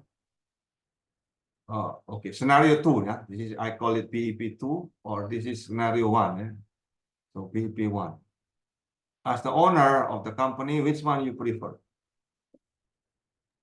Depends on our objective. What do you mean? What is the Uh, objective if- of the owner? If we want to pay them less, then the first one. But if we want to encourage them to finish more project, then we do the second one. So you are the owner, Kenneth. Which one you prefer? To pay less, maybe. So you are prefer PEP 1 or PEP 2?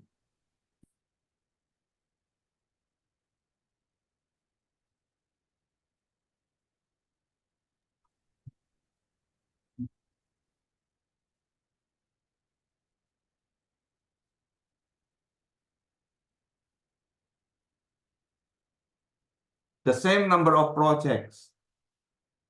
Okay. So 5 projects per year, right? Here also 5 projects per year. Yeah. Break-even point slightly different.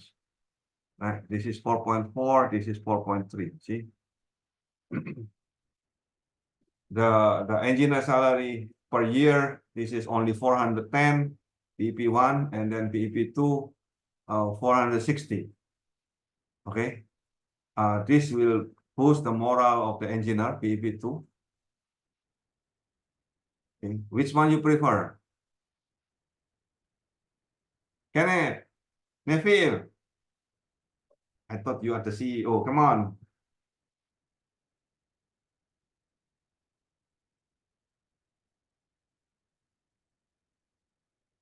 Sia.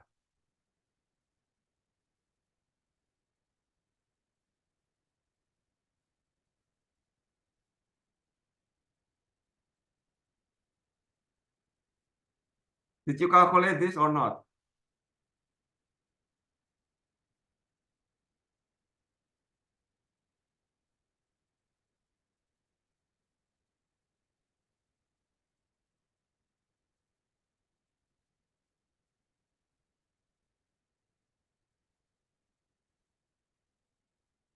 So if you are the owner, okay, if you are the owner, you should choose PEP2, not PEP1. Why? Because the income is more bigger. The income of what? The income of 1 year project. No, the income of not because the income of 1 year project is bigger. Because of the risk. You are the owner, so you think about the risk, not the income. Okay, this is assuming that you get 5 projects. Assuming you get 5 projects, then you get the engineer get this. If you don't get this much project, the engineer get less. Don't you understand? By putting, okay, by reducing the fixed cost and exchange it to variable cost. Okay, in 1 year you increase the morale of employees, you increase actual the overall profit, and you increase the productivity. But at the same time, you also reduce your risk as the owner. Why? Because if your computation per project is less than 5 projects, okay, what happened? The engineer will get less, but you will pay less. So by putting, okay, the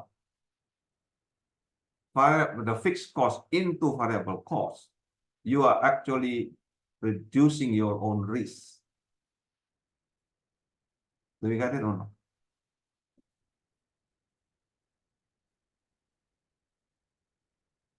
Yes, sir. Fixed cost and variable cost. Okay. If you have that much project, 5 projects, yes, the engineer salary is getting better. If the more project you have, of course, the salary is getting higher. Okay, it seems like you are okay and the engineers are okay. But what happens if you don't get project? What happens if your sales actually do not reach your target? Okay, so if you don't reduce the fixed cost, that will become the owner's risk. So you got it? So by reducing the fixed cost as much as possible and exchange it to variable cost, you actually reduce the owner's risk. What is the most extreme of reducing the fixed cost and put it 100% to variable cost?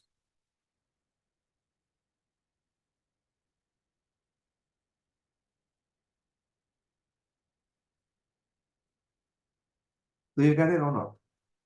What is the most extreme case?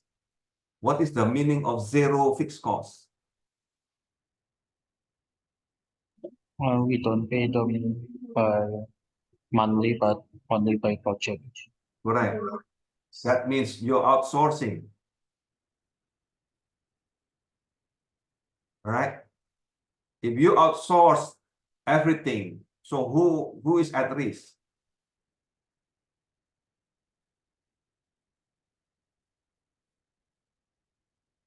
If you outsource everything, the one that get higher risk is actually the employees. Sorry, sir, could you repeat it? Right? Sorry, could you repeat the question? If you put a fixed cost is zero, okay, Yes. that means you outsource everything, right? Yeah. Okay, if you outsource everything, that means that the variable cost become the same as the number of projects. So that means you outsource everything. That means your risk is actually smaller. When you do outsourcing, your risk as the owner is actually smaller. Hmm. Do you got it? Yes. Okay. When you put variable cost is zero, what is the meaning of that? You have no incentive. Okay. When you have no incentive, meaning you have only fixed costs. That means 100% the risk is in you as the owner. Yes. You got it. So if you are the owner, okay, so this is the technique. Okay, you need to reduce the fixed cost as much as possible and exchange it to variable cost. Even though look like, okay, it's higher, right? Its engineer will get higher salary, right? So it's a win-win situation, right? But actually, you by increasing their salary income, yeah, their income, not salary, yeah, by increasing their income, okay, by increasing the incentive, you are actually putting the risk out of you. Any comment on this, or do you understand on this or not? Yeah, you still get confused? Still okay, sir. Okay, what do you get from here?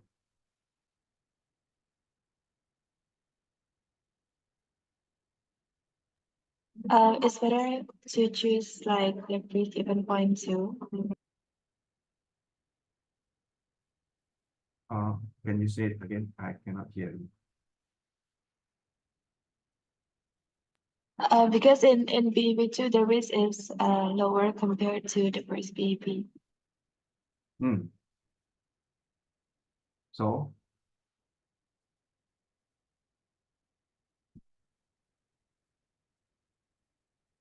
the simple lesson from BEP analysis is this, okay? You need to reduce your fixed cost because fixed cost means the risk of the owner, the risk of the company. Okay, having fixed costs, that means, okay, whether you get project or not, whether they work or not, you still need to pay that cost. Okay, so by putting that, when you reduce the fixed cost and then put that into variable cost, okay, yes, their income, okay, the employee's income is higher, so you increase the morale, okay, but at the same time, because of that, so you also increase the profit. And this is based on productivity rather than based on time. Is that clear? Okay. Anyway, later on we will discuss more about PEP analysis. Yeah, when the time is right. Okay. You can check. I written a book about that, so you can see in the Lentera. Okay. We can discuss again next time. Okay, about this. So, but before that, is there any question about PEP analysis?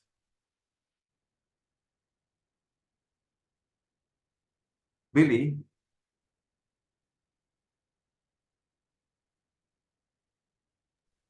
Yes, no question, sir. No question.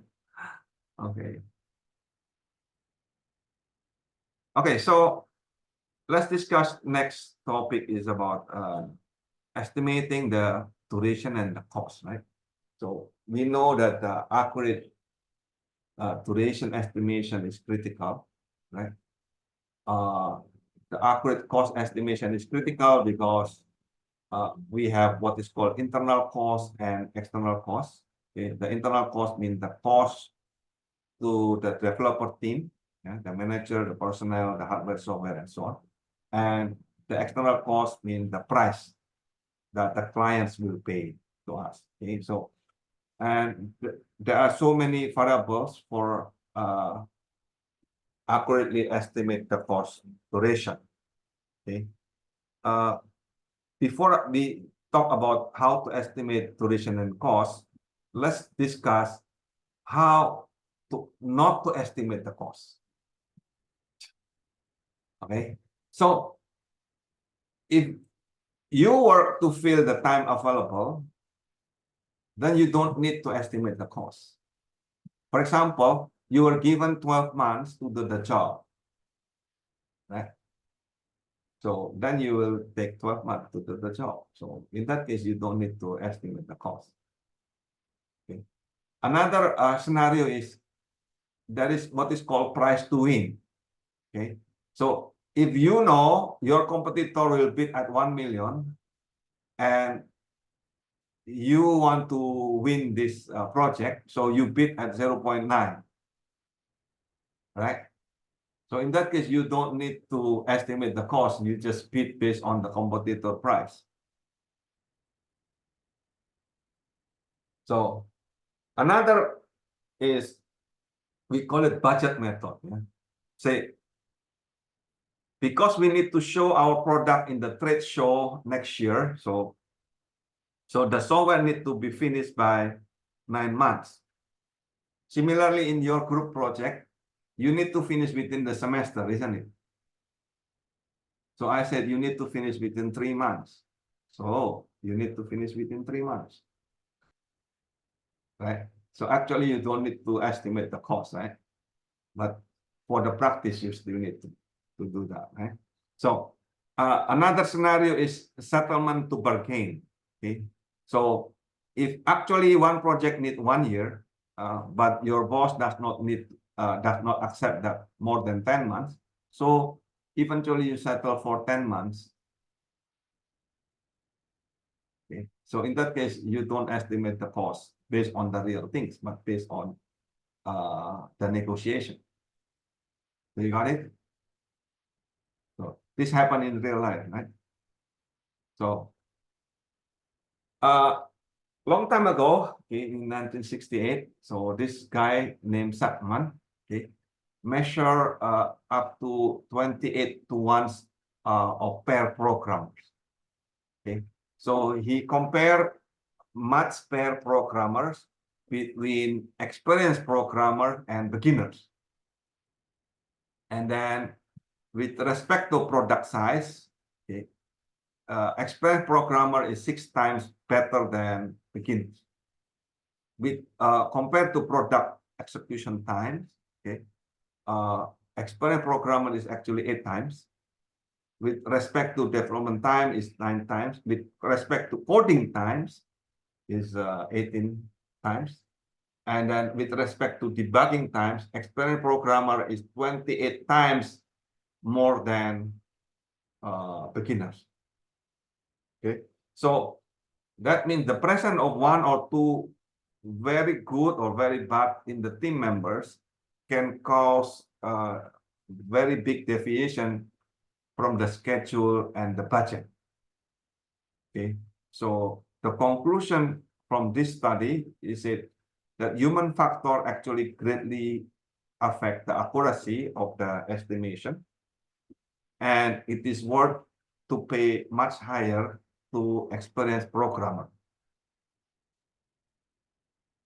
Okay, so my question to you, how, if you know the size of your project, so the size is in the code, right?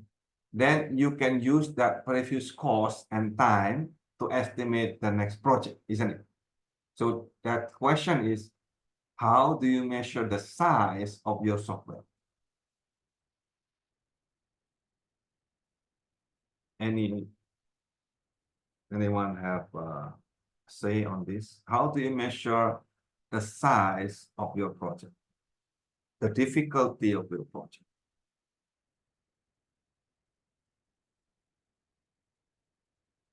How do you measure the size of your project?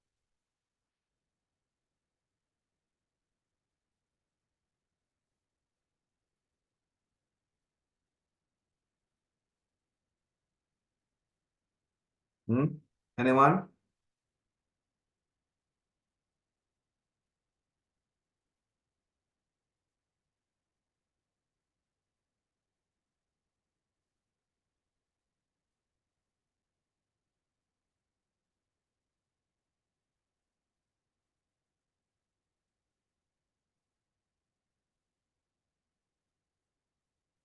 Anyone? How do you measure the size of your project? How complicated it is. Yeah, how?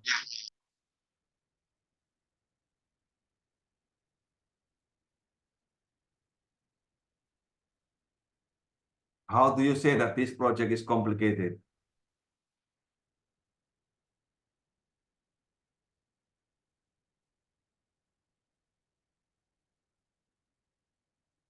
How do you measure? Yeah.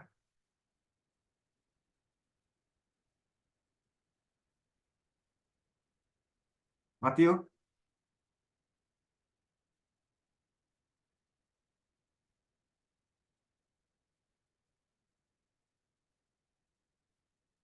What kind of features the client wants?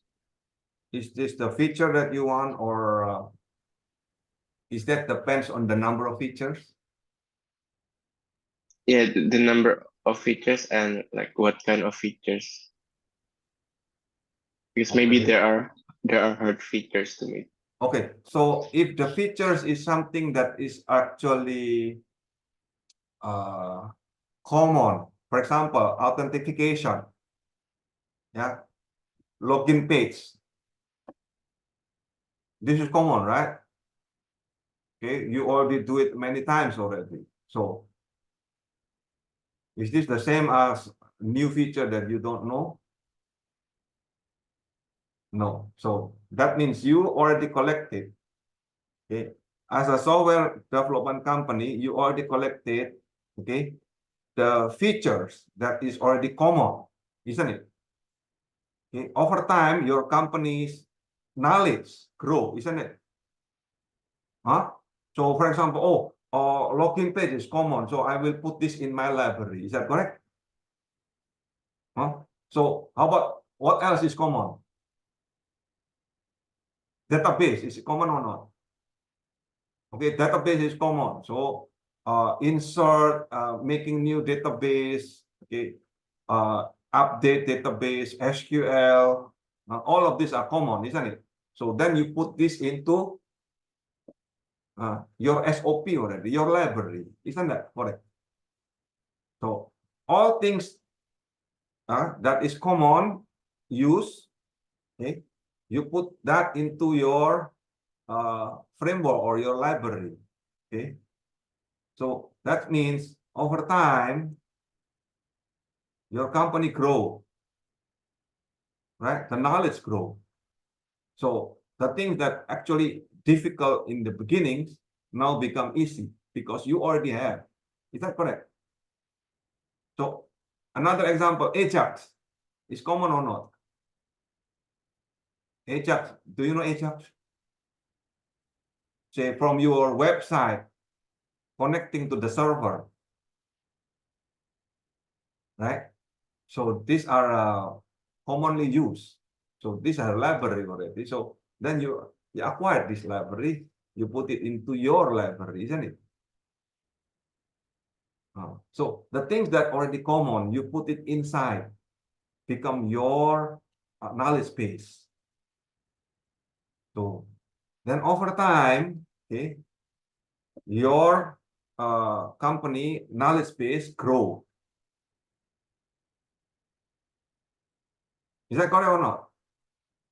So the things that earlier become difficult because this is the beginners, compared to the old one, when you have experience already, okay, then you have know what is this and how to do it fast. Why? Simply because you already acknowledge, you already required all of this into your library. Do you get it or not? So I want to share with you one of my web page. You can search this in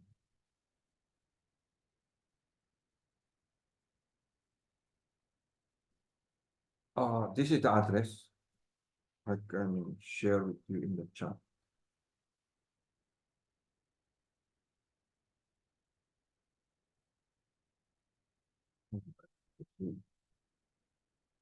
when I share suddenly the Zoom is disappeared.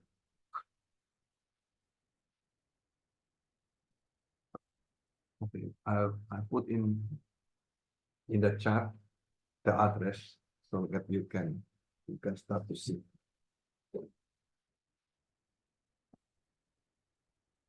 Okay, and I will share this with you.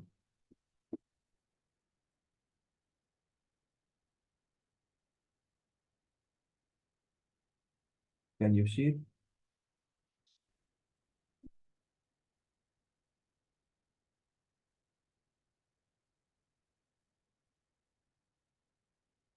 Yeah. Can you see my screen? My side notes. Okay, so this is my experience. Okay, so you can read on your own. Okay. Not all programmers are equal. So based on my experience before, I hire a fresh graduate. Okay. And I thought when you pay superior programmer, okay, probably just 10% higher or 20% higher, right? So, and the price is probably 2 times, so you don't want to pay. So this is my mistake. Yeah. So I recorded this. Okay. So in one of our projects, okay, we hire 8 programmers. This is just normal programmers. They already graduate, so they are fresh graduate. They have been working a few years. Yeah? And then they finish the project. No, they cannot finish the project. I hired them for 10 months and they could not finish the project. Okay. What happened is they produce the software, but the run is very slow. There are a lot of problems. Every meetings we see them argue each other. 8% in the team, right? So and they always say, oh, because the resources is not enough, we need better higher memory, higher bandwidth, higher machine, and so on. So these are very common. Even if we supply their demand, they always cannot accomplish the project as they promise. Okay, so finally, I decided to terminate their contract. Okay, and then I hire only two person. But these 2%, they are the winner of national competition in program. Okay, at ICM, ICPC level. So that means internationally well known. Okay. They are very high, expensive, 2 times higher than normal. The other one is 5 times higher than normal. Okay, so after a lot of argument, we agree that the two superior programmer want to scrape all the whole code that they developed for 8% for 10 months. They scrape all everything. So they rejected all this. And then they develop again from scratch. Yeah. Okay. In my surprise, these two superior programmers, they can finish in 2 weeks. Yeah? They can finish all these 8 programmers did in 10 months. And the program ran faster. And actually, they finished everything just 2 months. Just 2%. Okay. So if you compute that, okay, so I can say that one superior programmer equivalent to 80 normal programmers. And I paid them only 5 times. So it seems like very expensive, but it's not. Okay, compared to their productivity. So I hope this become a good lesson for you. Right.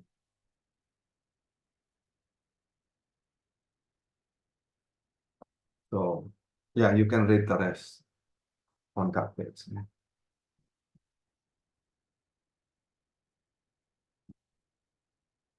So back to the slide. Right.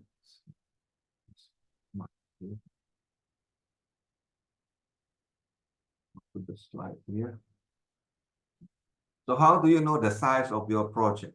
Okay, the size of your project mean in terms of the code, isn't it? So either you measure in terms of line of codes or the number of functions or the number of classes. Okay, so and then you check whether you already have those things in your library. Okay. When I said you already have those things in your library, that means the library must be reusable, isn't it? Okay, so the notion of reusable is very important in software engineering. You know why? Okay, if one word to make software engineering word is just one word, is called reusable. Okay, meaning when you create the project, you always abstract some part of this, okay, to create some library that you can reuse for the future projects. Do you got it? So that the size of your project, okay, reduce so much. Okay. Of course, the size related measure is based on some output of the software process, right? So this is represent the number of line of code, the objects, or the functions. Okay, so there are some metrics that I need to discuss with you. Okay, these are based on history, so in software engineering, so that at least you know. Okay, you probably don't use this, is fine. If you use this, is also fine. Okay, so that when you search in Google, you can always find this thing. Number one, okay, the easiest is called line of code. Okay, this is the easiest metrics to tell that this is the size of the product. Yeah? So we call this line of code or LOC, okay, or we call it KLOC because measure in thousands. There is another matrix called FFP or function points, and there is a model called COCOMO. Yeah? So this is to tell you whether line of code still matter, right? So Unix, the first Unix is around 10,000 line of codes. The average iPhone app is around 40,000 line of code. So Windows 3.1 is around 2 million line of codes, right? Android OS itself is around, how much is this? 11 million, right? And Facebook is very big app, no? It's 61 million. Okay. So Firefox browser, almost 10 million line of code. So this is to compare your project. Well, how much is the number of line of code in your project? So if you compare Facebook to Google, okay, Facebook is like 61 million line of code. Line of code per line is one line, okay? So, but Google itself has like 2 billion line of code. So this is, you can see how huge line of code really matter. Yeah. So what is line of code? Yeah, this is very simple measure. It was first proposed when the program was actually in the card. That means one line per card. Okay. Well, when you use Java or Python, you can see a lot of line in your code, right? So that means what is the program should be counted as part of the system.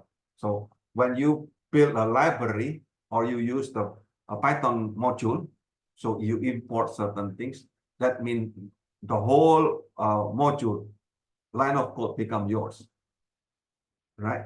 So in that case, is a problematic because we assume in using line of code, we assume a linear relationship between the system size and the volume. So, well, this is not reliable, we know. Line of code is not reliable, but this is the simplest method. Okay. Usually we don't calculate a line of code, but we measure per kilo, per thousand deliver source code instruction. So we call it KDSI. That means thousand deliver source instruction. So this is the same as line of code, or we call it thousand line of code. So KLOC. Okay, and how do you get the effort in man-month? Okay, this is the simple formula that you can use. Okay, so 3 times 2 KLOC exponent 1.05. Okay, this is the simple formula that you can use in terms of man-months. So if you know the line of code, okay, you will know how many man-months you need to get. Okay, so the source code is also, of course, only a small part of the software effort. Yeah? You also need to create documentation, not just the code. And you know, different programming languages lead to different line of code. So, and line of code is not defined in certain programming language, which is non-processor, for example, Lisp.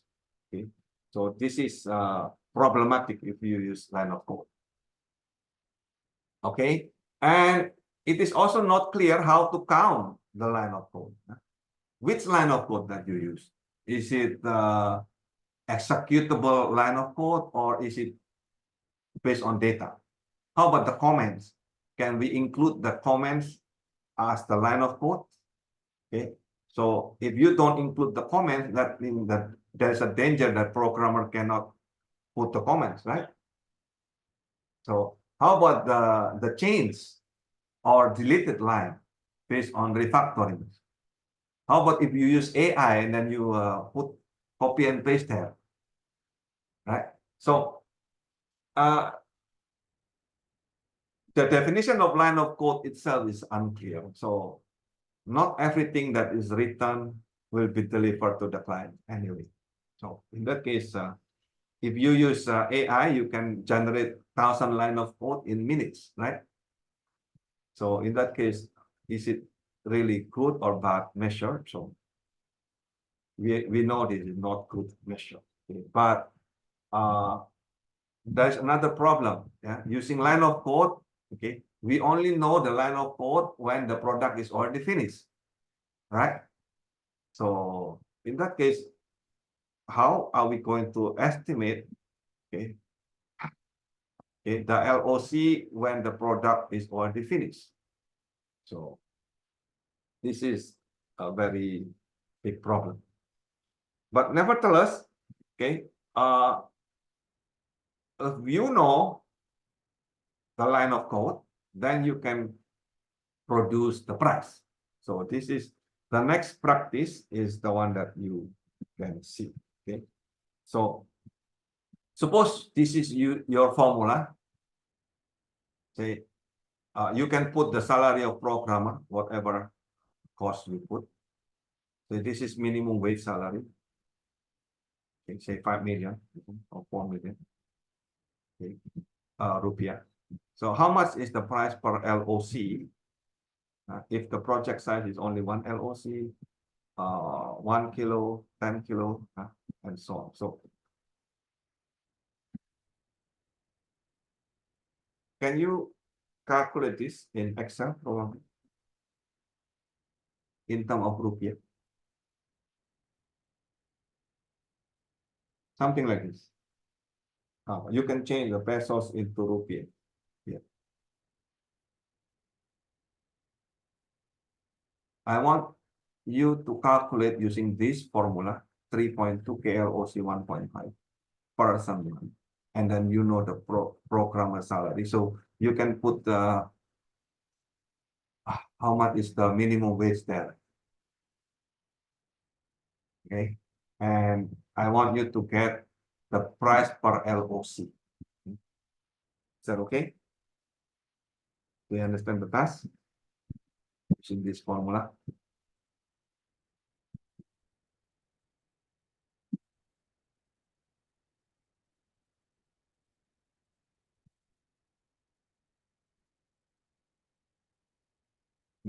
Once you finish, can you show to me?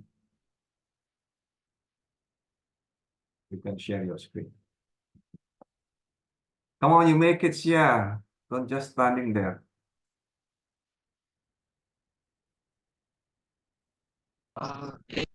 We 3-point estimation. 3-point estimation. 3-point estimation. Yep, for budget.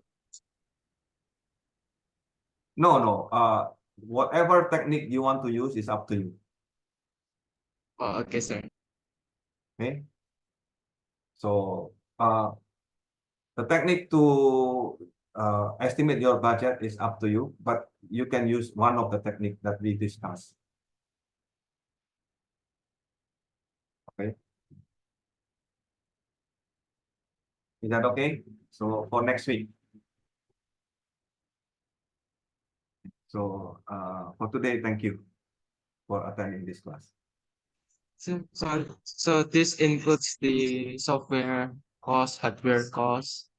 Yes. Can you also estimate for each of these tasks that you want? Okay. How many screens, for example, how many function, how many class probably? Can you start to go to the detail?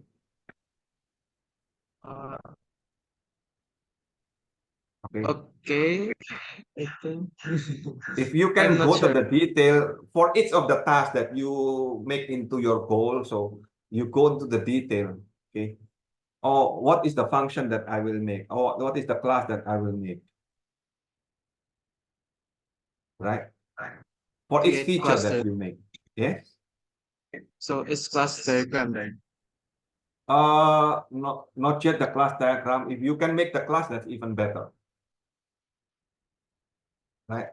So it's not the diagram, just the what is this class that you need to put? Okay, what is the Okay. function of this? Okay, so I want to see more detail on your estimate, and then for each this class, you estimate on your own how long you can finish. Who will do? Okay, so I know you already put the budget, but and the bar chart. Plus, can you go to the detail for each of these? Is it possible? And then report it next week. Just 5 minutes. Okay, sir. Okay. Okay. Thank you. So I will close this. So see you next week. Thank you, sir. Thank you, sir. Thank you, sir. Bye bye.